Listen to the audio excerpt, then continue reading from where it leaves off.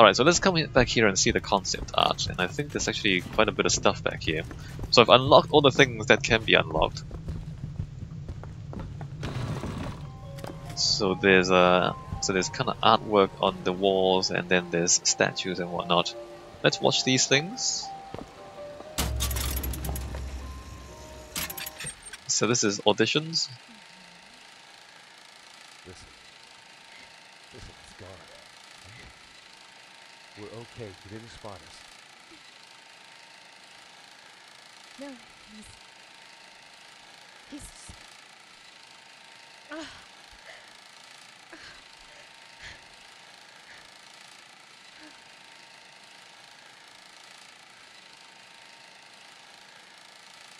promise me. I will stop him. No. He's unstoppable. That is an oath that you cannot keep. But promise me that if it comes to it,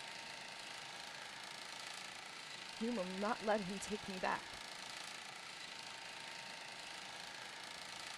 It isn't going to come to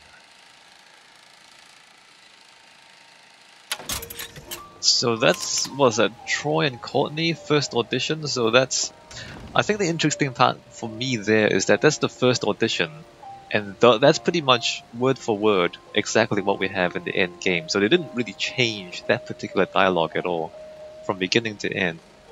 And remember that, you know, the game went through a major overhaul not too long before release, so there's a lot of stuff in development that didn't make it into the end game. And that's a bit of a shame because I think they had to drop a lot of things on the cutting room floor and not include a lot of ideas that they wanted to have in the game. But so that conversation was there at that point, even in the first audition, right? Let's keep that in mind.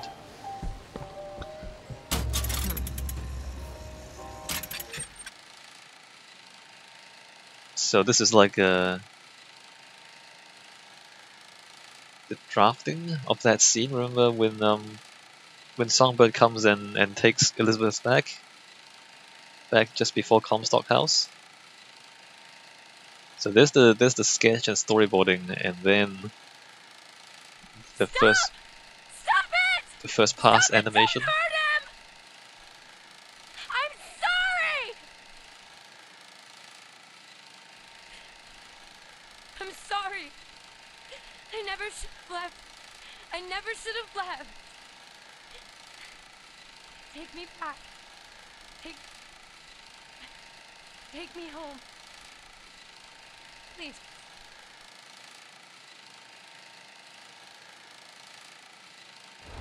Right, and then textures and lighting effects. Stop it!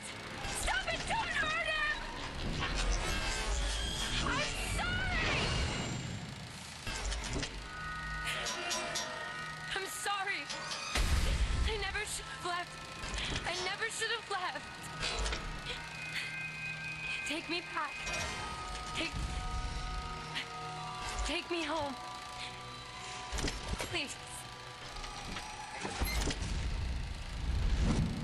And that's pretty much what we see in the game, right? So that's pretty standard game development, or even, you know, animation stuff. You storyboard, and then you do your modeling, and then you do your textures and lights and all that. So that's not too special. Motion capture. Yes, mocapping. Hey, Miss Elizabeth. Hello. Oh, this is wonderful. Well, come dance with me, Mr. DeWitt. I don't dance. Come on, let's go. Why? What can be better than this? Huh? So this is keyframed. So this is like manual animation. This is too still in the frame, needs more energy, That alright. airship's going, but if you want to stay and dance, we can. No, let's go. Come on, let's go. Come on, let's go right now. It's not bad for keyframing, but this is mocapping. Hello. Oh, this is wonderful. Well, come dance with me, Mr. DeWitt. I don't dance. Come on, let's go. Why? What can be better than this? Well, how about Paris? Paris? I don't understand. How could we get there? That's where that airship's going, but if you want to stay and dance, we can. No, let's go. Come on, let's go. Come on, let's go Miss. Hello. Miss Oh, this is Elizabeth. wonderful. And then Dance with me, Mr. I Demint. don't dance. Come on, let's go. mocapping What plus could be some better than adjustments. Well, how about Paris? this? Paris? I don't understand. How could we get there? That's where that airship's going, but if you want to stay and dance, we No, can... let's go. Come on, let's go. Come on, let's go right now. It's pretty good. It's pretty good mocapping. Actually, do you notice at the very end she was spinning down the stairs? That's amazing. Like she wasn't just kind of spinning and then walking on flat ground. She spins and walked down 2 steps. How do you do that while spinning? That's amazing. Alright, so that's the mocapping. Again, fairly standard these days for, you know, big budget titles. Although that was a pretty good dancer. You can see her moving really smoothly with the mocap suit. And on this side, we have some things that were removed from the game, I think. I think these were prepared for the game. Musical melodies, Sweet Columbia.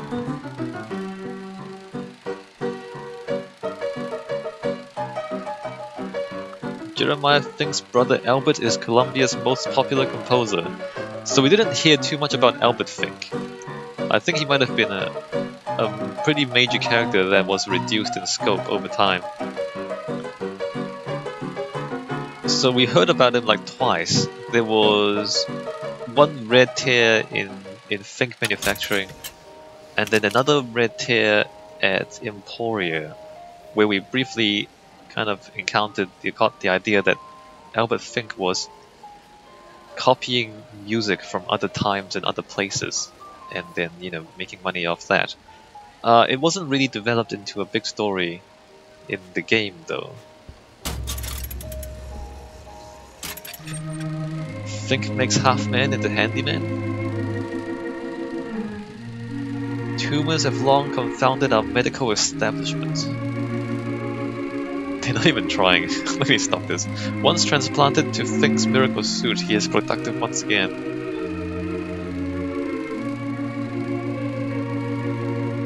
So there's the handyman. That's pretty cool. So they prepared that, but they didn't use it in the game. I think they did better though, because they actually put a handyman in the game back at the fair at the beginning of the game. Remember when we first got introduced to Vegas?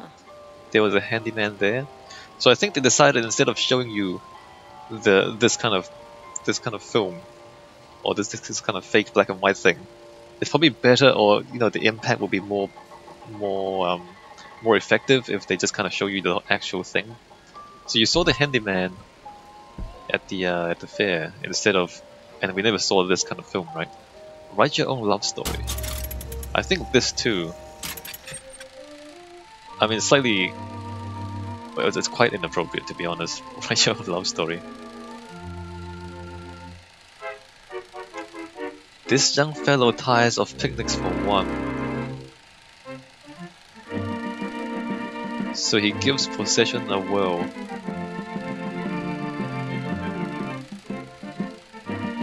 Now he fends off the Pharisees.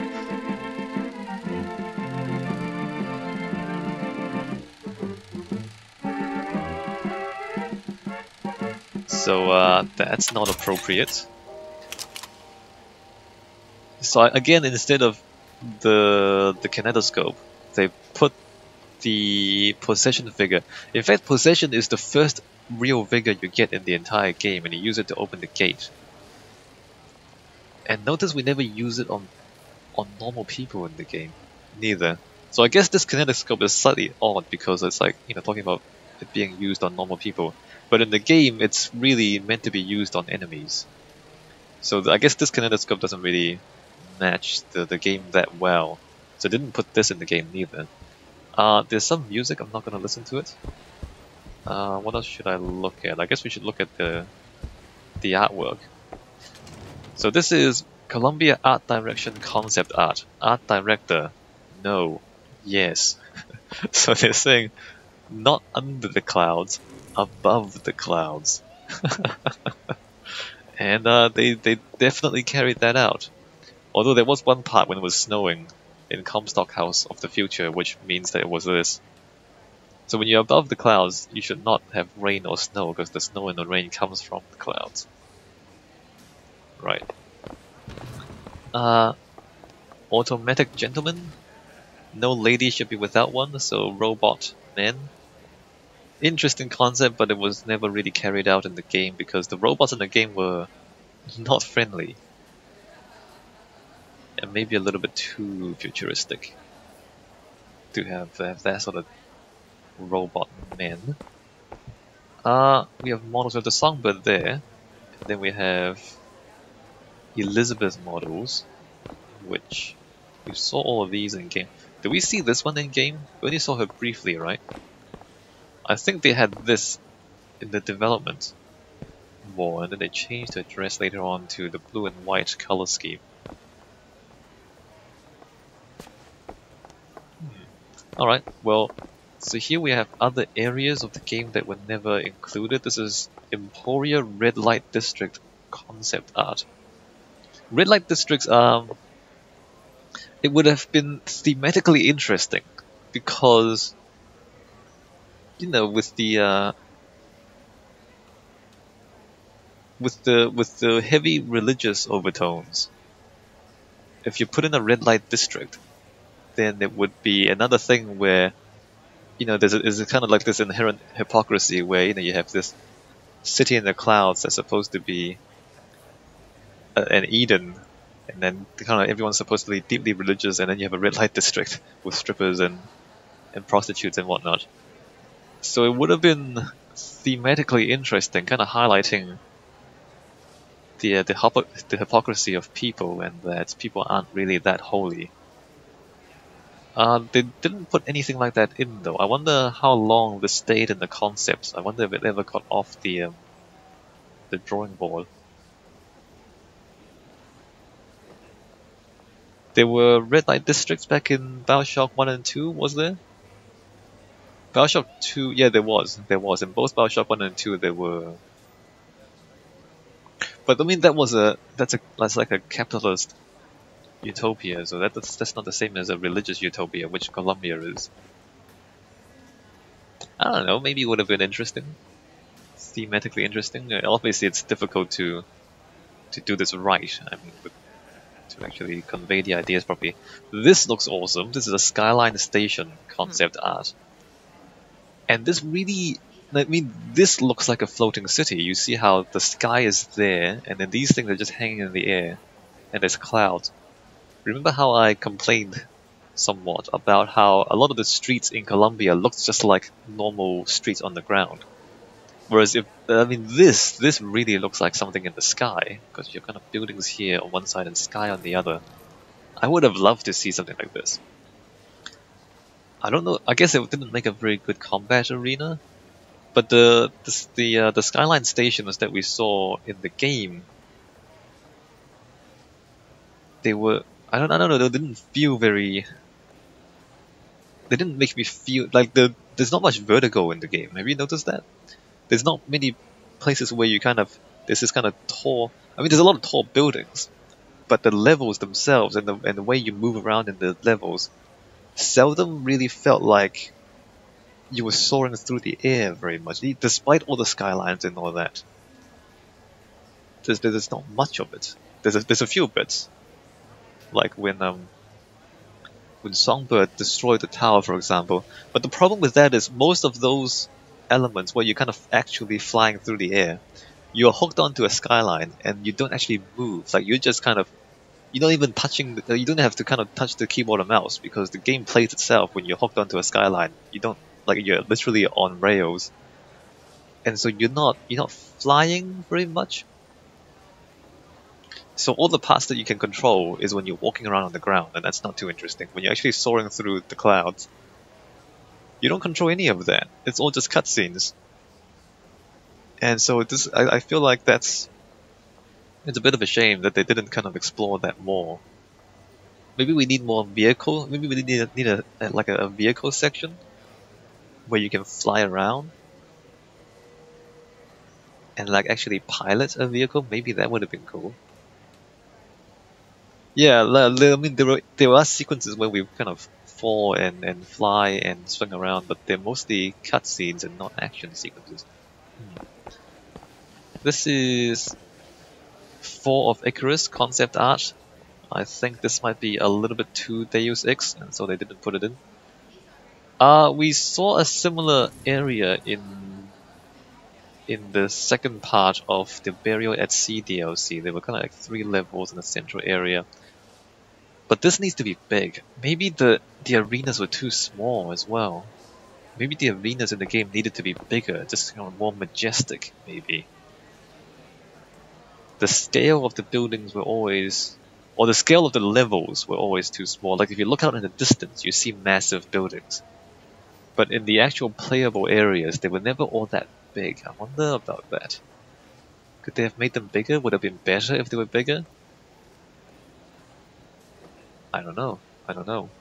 But like this, when you look at this and this, like you kind of feel like there's a big open space out here, right? I don't remember getting that sort of feeling in the game very much. Everything seemed very close.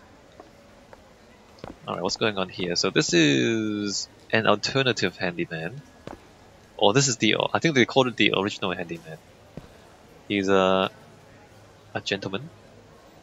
And well, not much of a gentleman. With a American flag for pants. But they changed this guy into this guy.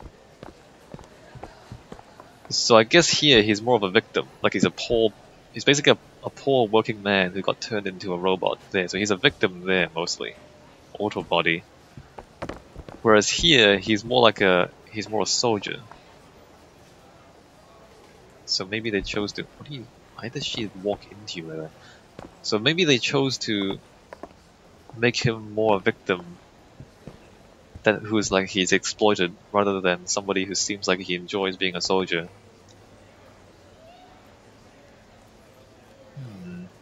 I guess thematically it highlights the conflict between Fink and Comstock versus, the working people and Fitzroy, I guess. Maybe it makes more sense that way.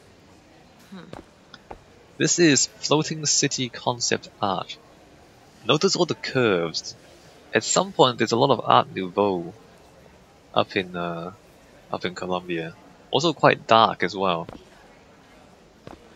Not sure what kind of city this is. This is more like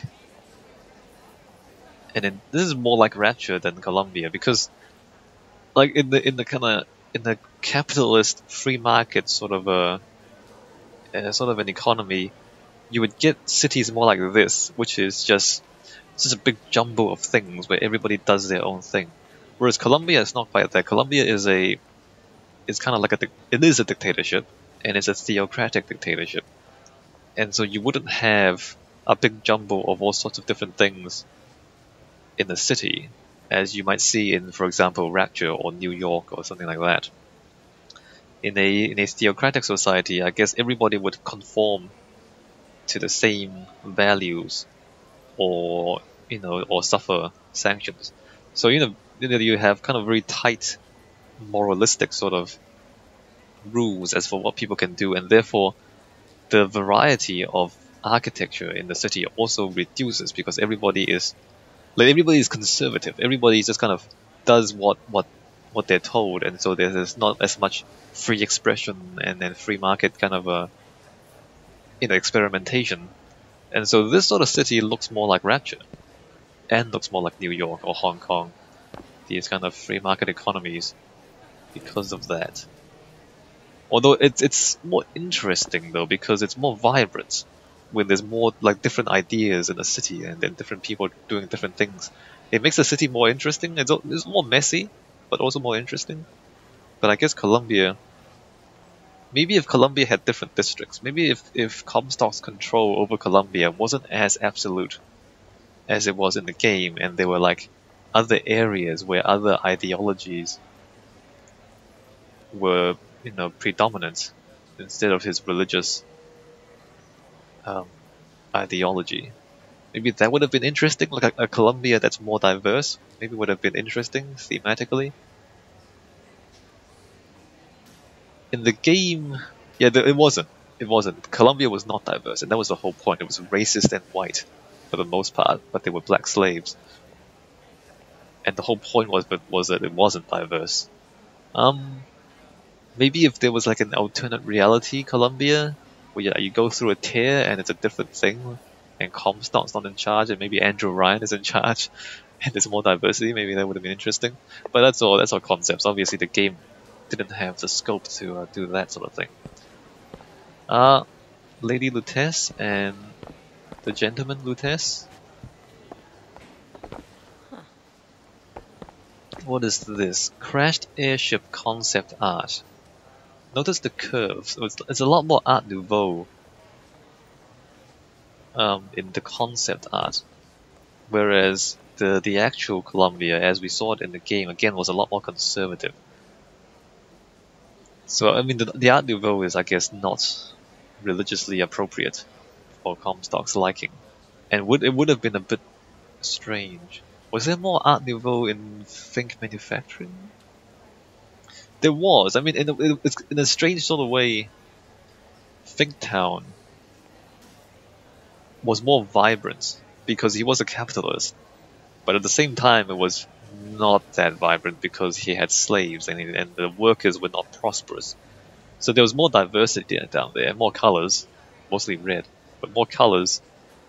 But then the people were too poor to really express themselves all that much. Art Nouveau, I like Art Nouveau, but it's difficult to put into games because it's mostly curves. And if you know about computer graphics, geometry is mostly straight lines. So if you look closely at that arch, it's a series of straight lines. And so if you have curves in a building, then you have to approximate them with a lot of little straight lines. So Art Nouveau, not very many games or virtual environments have done good Art Nouveau because it's just a lot of curves, and curves are difficult in computer graphics. Like it's not difficult, but it just uses a lot more geometry than it would otherwise, which makes it costly in that way. We've talked about this guy already. Daisy Fitzroy, Cornelius Slate, Comstock, and Booker. We never really see Booker's face at all. Like, we don't have that many working mirrors in the game. So here we go, Columbia Nouveau concept art. So at some point somebody really loved Art Nouveau and drew a lot of concept art for a Nouveau Columbia. And that never happened. Columbia in the game is a lot less curvy. But you can see all the curves, right? And yeah, geometrically expensive for video games. This is Cabaret building concept art, so similar to the Red Light District on the other side. Like Cabaret is not really religious, doesn't really fit into Comstock's city. But again, like we have these concept art paintings of a more diverse city, and more themes and more kind of concepts, and then more different sort of people in Colombia. Again, would have been interesting, but I guess it would require a much larger scope for the game to explore that. I keep feeling like these guys had so many ideas for this game and they just couldn't put them into the game because they had a limited budget, a limited time. That happens a lot in video games, and Bioshock Infinite falls victim to that. And it's a real shame, I think. A lot of these things could have been really interesting. View Airship Parade. So Airship Parade concept art. Alright. Curves. Although you see the buildings here are a lot more classical. Much more classical. All these... Oh wow, look at that. So a lot more classical. So not with the Nouveau stuff, but still a lot of curves. And then Airship Parade, but notice this structure here. There's a building on top, and then there's a building at the bottom. You see how these windows look down? Not quite so much here. But the fact that some of these look down, remember how I pointed out in the game that most of Columbia was just foundations, and then buildings up top. And so everything looked like it was something that's been dug up from the ground. Like if you dig up a city and then lift it into the sky, that's Colombia. It's not like a city that's been built specifically for the air, but more like just a city from the ground dug up and pulled into the sky. So if you have a city that's built for the air, then you would have windows that look down because you could do that. I mean, there's no point having windows looking down on the ground because it's just the ground. But when you're up in the air, it does make sense to have windows looking down. And we never had windows looking down in the game, right? And so it's like they didn't really take the concept of a floating city far enough. Anyway, so that's that. They don't have that, and they don't really have that many different airships neither. Again, not much diversity in the game. I guess, they couldn't do it because it's supposed to be Comstock City, and so there's not supposed to be diversity in a heavily religious city.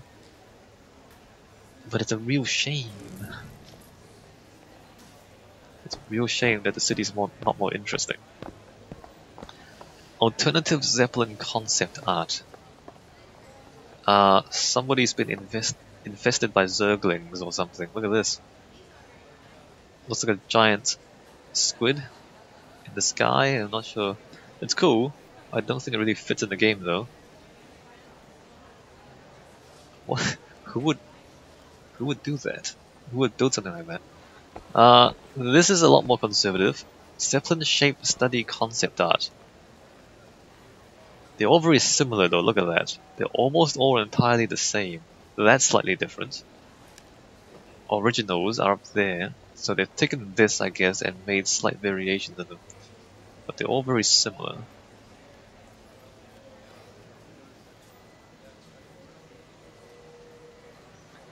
Alright, so that's the concept art, and I think that's pretty much all of that. There's a rift back here. I haven't come through here yet, or I have, but I haven't looked at anything closely. So there's a tear back here, and then there's these voxophones. Let's just listen to these. That ghastly Fink fellow has been busy of late. He has sent his minions out to prowl the city, on the lookout for tears wherever they might appear. They are armed with camera and voxophone. One could only presume he is no longer content to steal patents from his own reality. No surprise, then, his scientific breakthroughs. I imagine I could also appropriate parlor tricks like incinerating trees with the snap of my fingers. But the universe offers more delicious fish to fry. Alright, that wasn't in the game. I guess they didn't want to tell you too much in the game. So that really blatantly talks about how Fink is using the tears to steal technology from alternate universes. Right? I wonder why they didn't put that in the game. Maybe they wanted to, and they had to cut it out.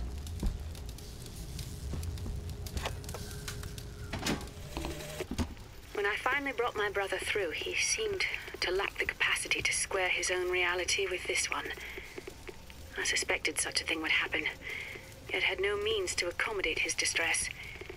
His behavior was that of the feeble-minded. He hemorrhaged nearly continuously from his nose. Naturally, I was able to transfuse him from my own veins and thus avoid catastrophe. In the end, it was music that proved therapeutic and grounded his thoughts. A middle C vibrates at 262 Hertz, no matter what the universe. Alright. So, again, really interesting stuff that they left out of the game. I guess they told the story at the end with the cutscenes, and they didn't tell it here because it would have been spoiling the story. So pulling Mr. Lutece through messed him up quite a bit. The nosebleeds, yeah, it explains a lot of things. It explains where Robert came from, and explains the nosebleeds.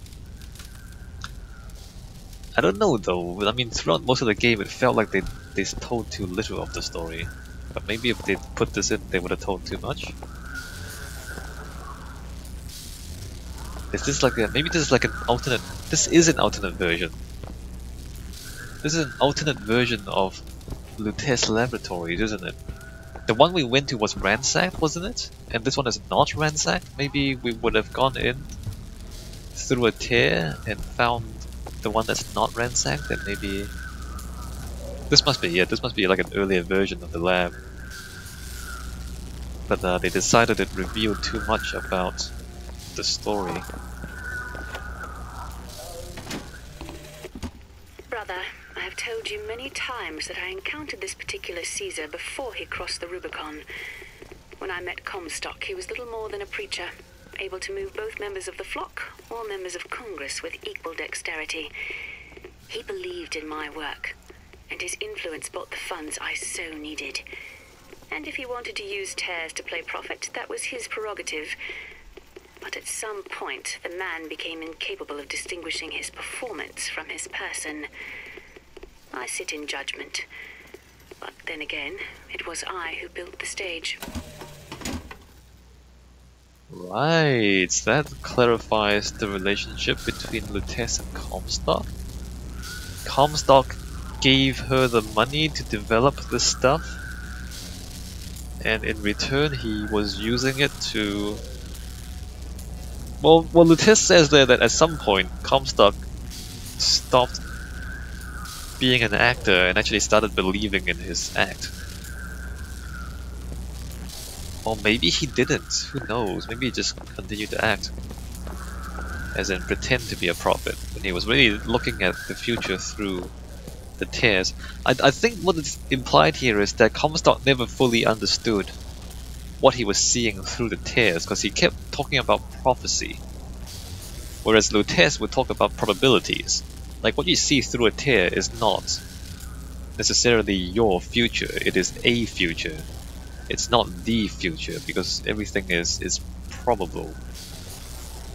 So seeing Elizabeth sit the throne and drown in flame the mountains of men, that might have been a high probability future, but it's not necessarily the future. And I think what's implied here is that Comstock never really understood that distinction between the future and a future.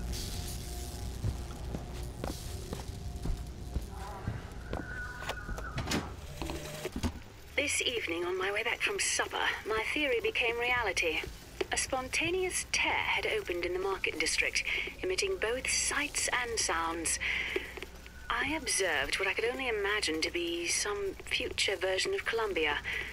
Though familiar, strange red flags with a small yellow icon flew from her rooftops. Although we can lock up the girl, it appears her powers will not be imprisoned so easily. Wow, she's telling you all about the story. So Elizabeth is opening tears from the tower. Alright, so that describes what happened. This is great, these voxophones are awesome. And they just left them out of the game. Fink's bird is a repulsive creature, but I suppose a prison needs a guard. What surprised me is not how the girl has imprinted upon the monster. After all, one might observe a baby chimpanzee accept a wire replica for its mother. But I did not expect the brute to be capable of forming an attachment in return. Perhaps it could prove a better father to her than the two she has known. Alright, so she's talking about Songbird imprinting on Elizabeth. Perhaps he could be a better father than the other two combined. Elizabeth killed Songbird. She didn't even hesitate to kill Songbird. We just went to Rapture and the Songbird drowned. Alright, well there you go, there's the concept stuff and a lot of story things in those voxophones, amazing. And that ends Bioshock Infinite, I believe. I don't think there's anything else for us to do. Alright, I'm gonna end this video here and end this series here. I might play through this combat myself a little bit more, I'm not that interested in it. I've already unlocked everything there is to unlock. Alright. I'll see you guys in a different game, I guess. Later.